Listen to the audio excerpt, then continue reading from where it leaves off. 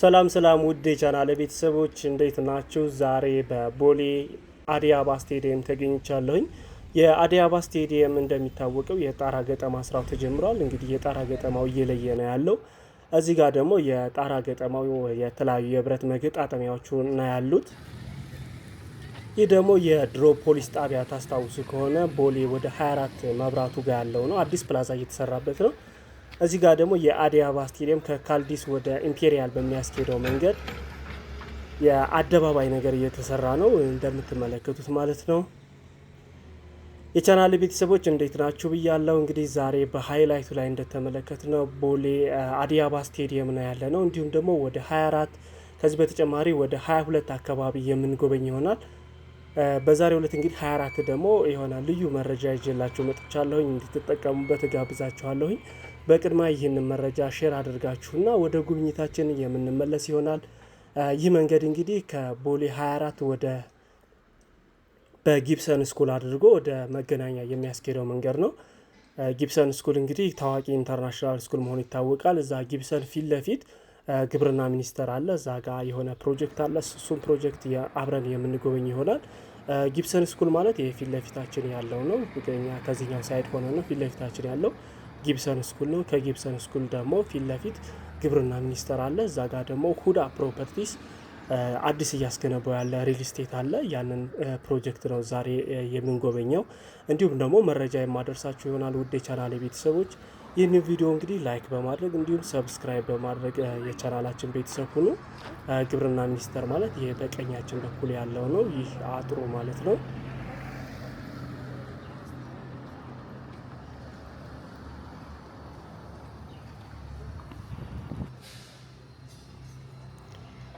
እሺ ውድ የቻናሌ ቤተሰቦች የሁዳ ፕሮፐርቲስ የሆነው የሪል ስቴት ፕሮጀክት ጋር እንገኛለን።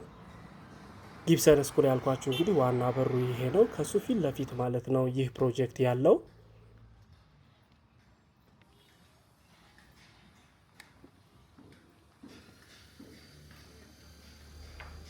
ይህ ፕሮጀክት እንግዲህ የሁዳ ፕሮፐርቲስ 5ኛ ፕሮጀክት ነው። ሎኬሽኑ ደግሞ በቦሌ 24 ተብሎ ነው የሚታወቀው። ለመኖሪያ እንዲሁም ደግሞ ለኢንቨስትመንት ተመራጭ በሆነ ስፍራ ዘመናዊ አፓርትመንቶች ከልዩ ቅናሽ ጋር ይዘን መተናል እያሉ ነው ያሉት። ሁዳ ፕሮፐርቲሶች ያላቸውን የቤት አማራጮች ባለ 2 መኝታ እንዲሁም ደግሞ ባለ 3 መኝታ ዋጋቸው እንዲሁም ደግሞ የካሬ ስፋቱን የምነግራቸው ይሆናል። ውድ የቻናሌ ቤተሰቦች ይህንን እድል እንድትጠቀሙበት ነው እንግዲህ ይዤላችሁ የመጣሁት። ጉብኝታችንን ይህንን ፕሮጀክት ከተመለከት እንዲሁም ደግሞ የዋጋ ዝርዝሮችን የካሬ አማራጮችን ከነገርኳችሁ በኋላ ጉብኝታችንን የምንቀጥል ይሆናል። ቀጥለን ደግሞ እነዚህ መረጃዎች እነግራችኋለሁኝ። አብራችሁን ቆዩ።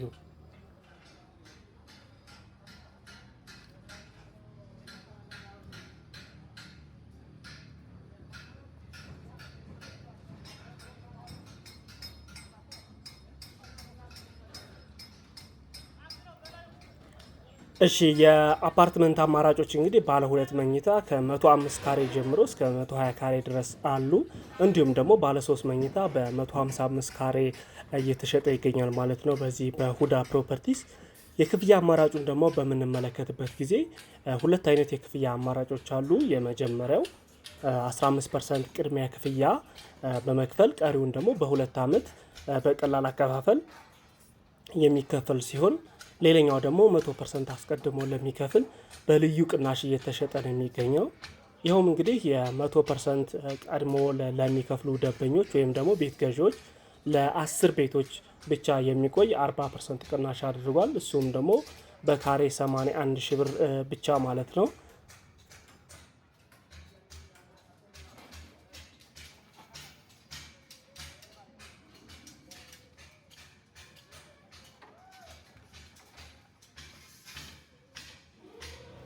የባለ 2 መኝታ ቤቶች ደግሞ የካሬ አማራጭ እንዲሁም ደግሞ የዋጋቸውን ልንገራችሁ። ባለ 2 መኝታ ከ105 ካሬ ጀምሮ ነው እየተሸጠ ያለው። ይኸውም ደግሞ 105 ካሬ በ8.5 ሚሊዮን ብር እንዲሁም ደግሞ 115 ካሬ ደግሞ በ9.4 ሚሊዮን ብር ትልቁና ባለ 2 መኝታ ደግሞ በ120 ካሬ ትልቁ ማለት ነው በ9.8 ሚሊዮን ብር ነው እየተሸጠ ያለው።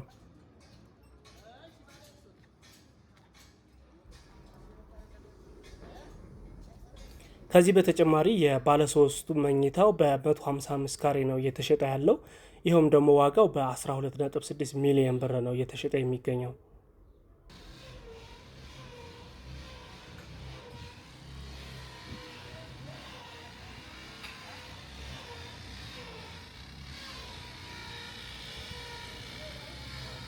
ውድ የቻናል ቤተሰቦች ይህንን መረጃ እንግዲህ ተጠቀሙበት። እንግዲህ ይህንን ሪል ስቴት ወይም ደግሞ ይህንን አፓርታማ በምትገዙበት ጊዜ አካባቢው ላይ ምን አለው፣ እየተሰራበት ያሉ ማቴሪያል ደግሞ ምን ይመስላል የሚመለውን በምንመለከትበት ጊዜ ያው መገኛውን እንደነገርኳችሁ ቦሌ ለመገናኛ በጣም በቅርብ ርቀት ነው የሚገኘው።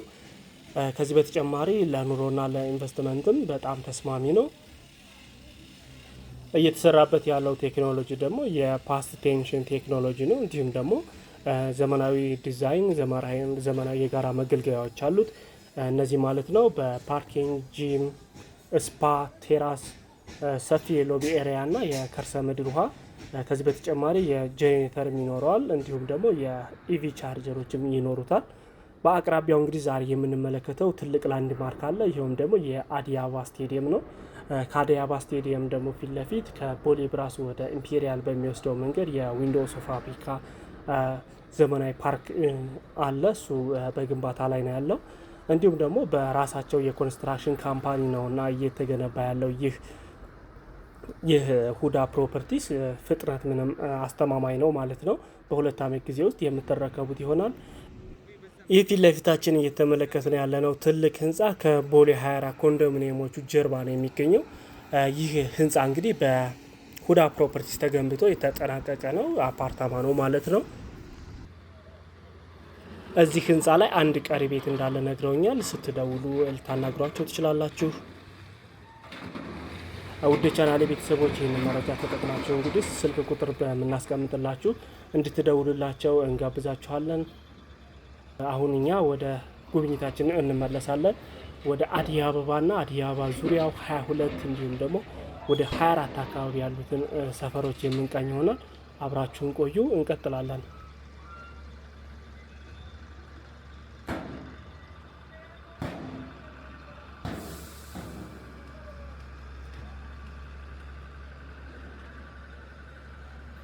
እዚህ ስቴዲየሙ አካባቢ እንግዲህ አዲስ ነገር እያየን ነው። ይሄ ምንድነው? አደባባይ እየተሰራ ነው። ይህ ማለት ከካልዲስ ኮፊ ወይም ደግሞ ከቦሌ ሃይ ስኩል ከፍ ብሎ ባለው የድሮ መስጊዱ አካባቢ ያለ አይደለ? ከዛ በታችኛው በኩል አድርጎ ወደ ኢምፔሪያል ቦሌ ብራስ አካባቢ የሚያስኬደው መንገድ ጋር ቀጥታ የሚሄድ መንገድ ነው። እዚያ አካባቢ እንግዲህ ያው ስቴዲየም እንደመሆኑ መጠን የተለያዩ የኳስ ቅርጽ ያላቸው አደባባዩ ላይ የተተከሉ ነገሮች እናያለን። እነዚህ ፊት ለፊታችን ማለት ነው። እንዲሁም ደግሞ የአስፓልት ስራው ከስር እየተሰራ ነው ያለው። እንደምትመለከቱት ፊት ለፊታችን ማሽኖች ስራ ላይ ነው ያሉት።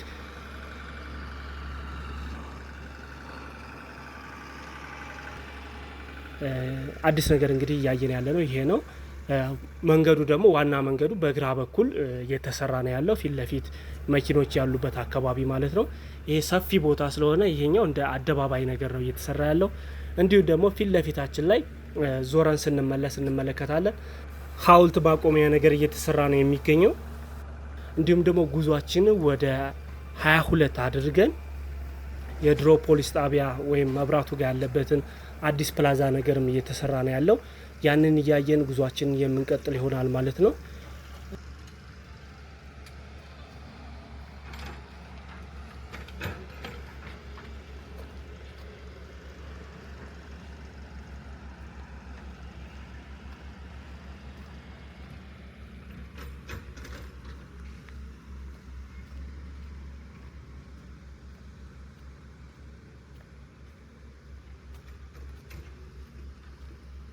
ኩርኩር ይህ እንግዲህ ግራ መንገድ አለው፣ ዋና አስፓልት ማለት ነው። በቀኝ በኩል ደግሞ አሁን ያየናቸው ግሪን ኤሪያ አደባባይ ነገር እየተሰራ ነው ያለው። ይሄ መንገድ እንደነገርኳችሁ ቀጥታ ወደ ኢምፔሪያል ወደ ቦሌ ብራስ ያለው መንገድ ጋር ነው የሚያስገባው። አስፓልቱ ተጀምሯል። ወደ ፊት ለፊት ደግሞ ቤቶች ዘመናዊ ተደርገው ታድሰዋል። በቀኝ በኩል ያሉ ቤቶች ማለት ነው።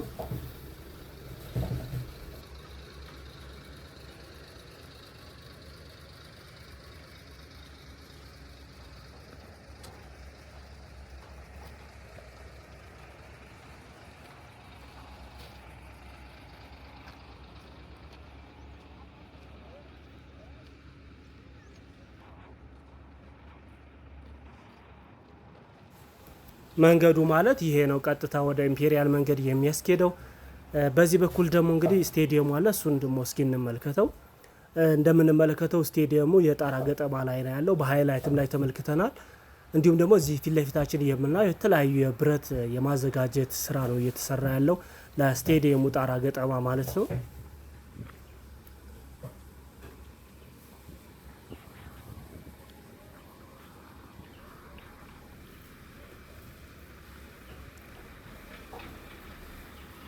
ወደ ከሰዓት አካባቢ ነበርና ፀሐዩ ሪፍሌክት እያደረገ ነው ስለገባብኝ ነው። ቀጥታ የ22ቱ መንገድ ስንይዝ ይቀራል።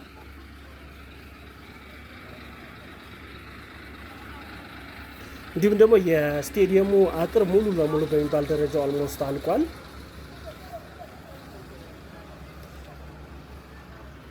የተለያዩ መግቢያዎችም አሉት ዙሪያውን ማለት ነው።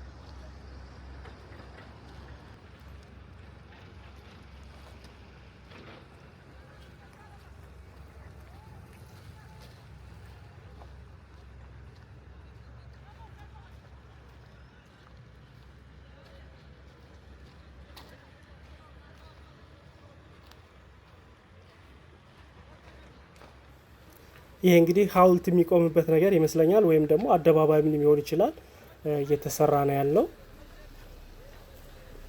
እዚህ ጋር እንግዲህ መንገዱ በጣም ሰፊ ስለሆነ ለሌላ አገልግሎት መዋል ስለሚችል ነው የተሰራው። ወደ ፊት ለፊታችን በምንሄድበት ጊዜ እያየናቸው ያሉት ህንፃዎች አለምነሽ ፕላዛ አድርጎ የኤድና ሞል አካባቢ እንዲሁም ደግሞ ቦሌ መድኃኔዓለም ነው። እዛው ቦሌ ሀይ ስኩል ከፍ ብሎ ያለ ቦታ ነው ይሄ።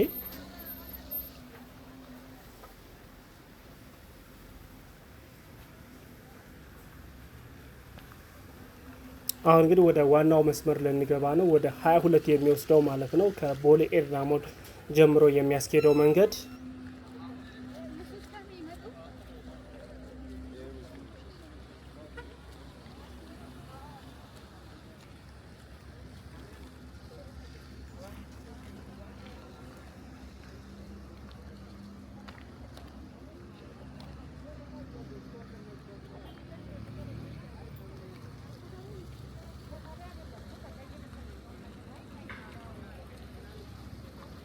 ውድ ቻናላችን ቤተሰቦች ይህን ቪዲዮ እንግዲህ እስከ መጨረሻው ድረስ ተመልከቱት። እኔ ገለጻዬን እዚህ ጋር አቆማለሁኝ በራሳችሁ መመልከት ስለምትችሉ። እንዲሁም ደግሞ ከዚህም በፊት ይህን አካባቢ ስላየ ነው ገለጻ የሚያስፈልግ አልመሰለኝም። ይሄ የአደባባይ የስታዲየሙ ውስጥ ነው። እስከ መጨረሻው ድረስ ተመልከቱት። እስከ 22 አካባቢ ድረስ እንዘልቃለን። መልካም ቆይታ። አመሰግናለሁ።